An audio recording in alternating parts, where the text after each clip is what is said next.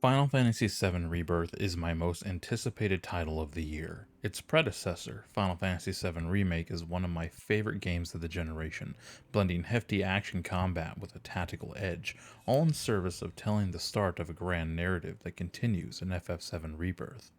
My impressions for this demo cover only the first part that has been released, called The Fall of a Hero in Nibelheim, going through the Nibelheim incident. Between now and the game's release, Square will be releasing a second part to the demo focused on open world exploration in a location called Junon. It's not lost on me that one demo is heavily story focused, which is the one I'm covering now, and that the next demo will be more concerned with combat and exploration. It's an impressive showing from Square, all things considered. If one might recall, there was also a demo for Final Fantasy VII Remake before it came out, letting players play through the first chapter of the game. In comparison, the Nibelheim demo easily surpasses the remake's demo in length, and the fact that another hefty gameplay demo of the game will be releasing later this month tells me that Square Enix is supremely confident in this title. After playing the demo, I can't help but feel that confidence is more than justified. For one, this game looks stunning. Nibelheim is not the most colorful of areas, but its many ravines and jagged outcroppings covered in mountainous flora paint an impressive picture of natural geographic beauty. Even when marred by the graphical downgrade of performance mode, the art design picks up the slack and shines through. Playing the game in graphics mode is more impressive, but seeing such a major difference in between graphics modes is one of the more egregious examples of fidelity loss on the PS5. There is a tangible, even bothersome difference between these modes. Performance mode sure plays buttery smooth, but it's at the cost of the game's sharpness. Character models and background assets in particular take a heavy hit, and look markedly worse than the PS5 version of Final Fantasy VII Remake. It is my sincerest hope that this is just a case of the demo build being that of an older version, and that performance mode will be sharpened up before the full release of the game. That said, I'm not a huge stickler for frames, and graphics mode played consistently well at 4K 30 FPS. One thing that surprised me during this demo is how different the combat feels from Remake.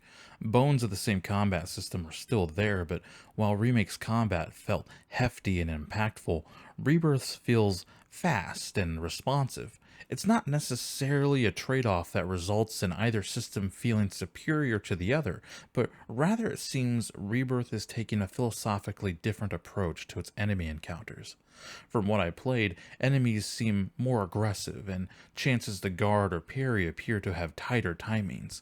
Admittedly, this could just be because I am out of practice, but I just completed a hard mode playthrough of Remake a few months ago, and the most apparent change to this game's combat is its increased alacrity. It's a welcome change. I look forward to seeing how this style shakeup feels when the next demo in Junon comes out, where presumably we will have more characters to work with. Speaking of characters, Sephiroth is a playable member of the party in this segment of the game. What immediately sticks out to me about Sephiroth is that he has a fully developed kit of abilities based primarily on fast movement and precise parrying followed by devastating counters.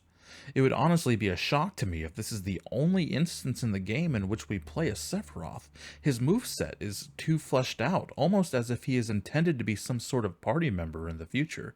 And for those who know exactly what happens during the Nibelheim incident, that is a strange thing indeed. For what it's worth, he was an absolute blast to play, requiring a little bit more technical know-how when wanting to take full advantage of his abilities.